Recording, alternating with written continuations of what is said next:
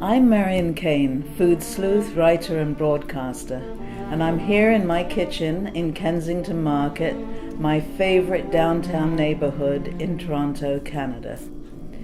I was born in Montreal, and to young parents, my father was a medical student and my mother was studying biology at McGill.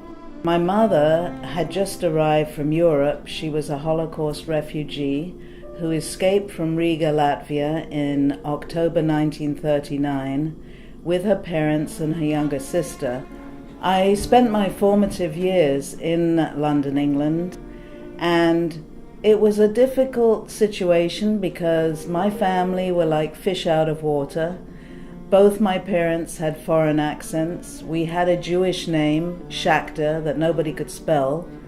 But the most crucial thing about my childhood was that there were ghosts lurking in the wings.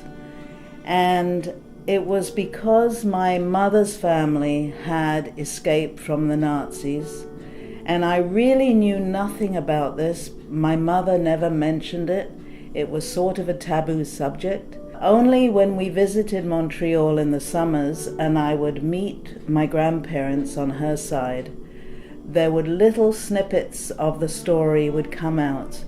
And I would hear about my mother's older sister who dropped dead at age 19, a month before they left Europe. In a horrible irony, my mother's life was saved by the death of her older sister. In 1976, I was 30 years old, and my marriage broke up. All the ghosts and demons of my childhood came to revisit me in this crisis. I now think it was a bellwether of things to come. I went to a psychiatrist who gave me Valium to help me sleep and to be less anxious during the day. I was in very bad shape, but at the end of the year, I found a job as a food writer. I realized it was my calling, and it has been ever since, and so I bounced back from that incident. Then in 2005, a lot of things conspired to make my life basically fall apart.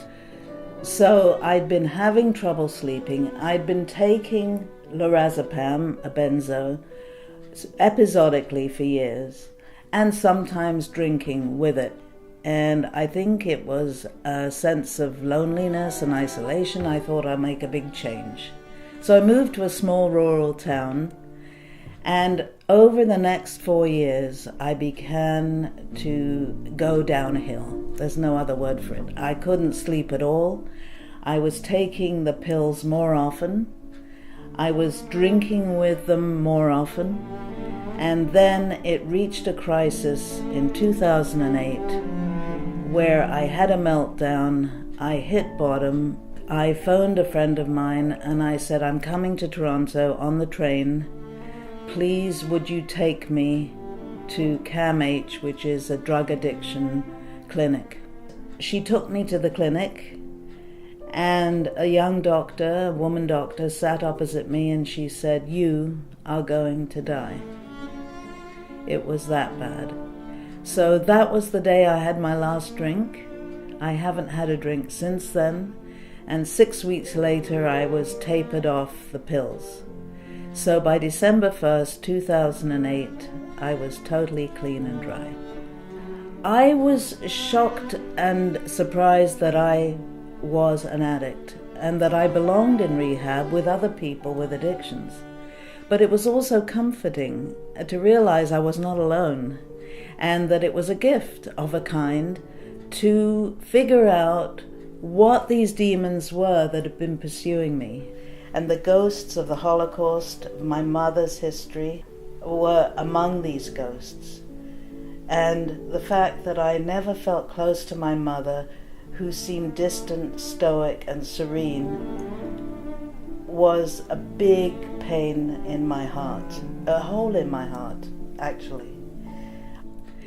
So 2 years ago, I took my microphone to London and I asked my mother to talk about the Holocaust. And wow, she told me everything. Nearly everything. I mean, some of it she doesn't remember because I believe my mother is traumatized.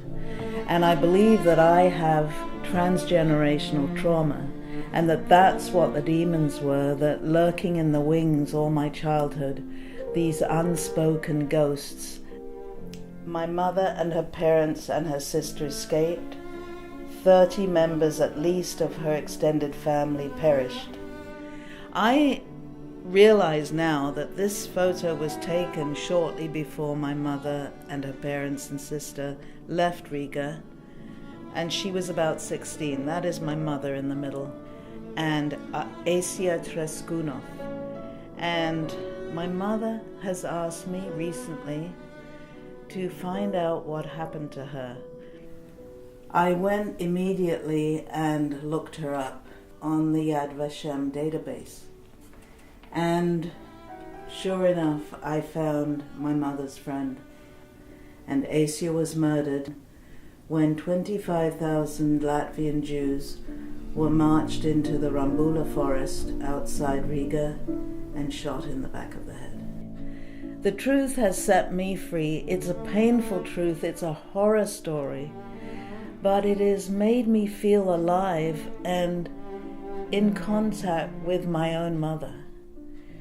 How freeing is that? My whole family, I think, were afraid to bring up the subject of the Holocaust because we knew on some level, even though it was never stated, that my mother could not talk about it. And one day I was visiting England and somebody mentioned something about the war. And I looked over at my dad and he was crying. I had never seen my dad cry. And I said, Dad, I was kind of angry because I was scared. I said, Dad, why are you crying? He said, the Germans, Ruthie. He couldn't speak properly because of his stroke. My mother's Ruthie, they kill. And he went like this. And I realized this, he'd been bottling this up all his marriage, 57 years. My path of discovery, from addiction to 5 years of recovery, has been a bumpy, sad, scary, but joyous one. And the reason is that this mother that I always felt so distant from really has trauma herself.